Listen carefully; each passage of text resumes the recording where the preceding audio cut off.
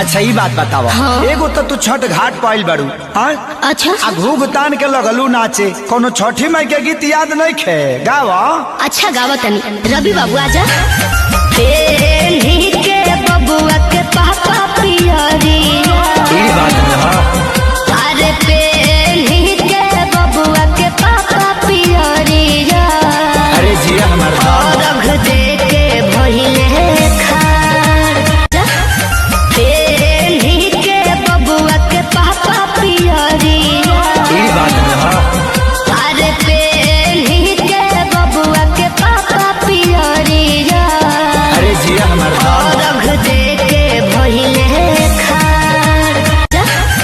पेन्ही के बबुआ के पापा पियरिया। अरे पेन्ही के बबुआ के पापा पियरिया। अरे जिया हमारा रख दे के भइले खार। अच्छा ये बात बतावा। हाँ। एगो तो छठ घाट पाइल बारू। अच्छा घूघ तान के लगलू नाचे, कोनो छठी माई के गीत याद नहीं खे गावा। अच्छा गावा तनी रवि बाबू आजा। पेन्ही के बबुआ के पापा पियरिया।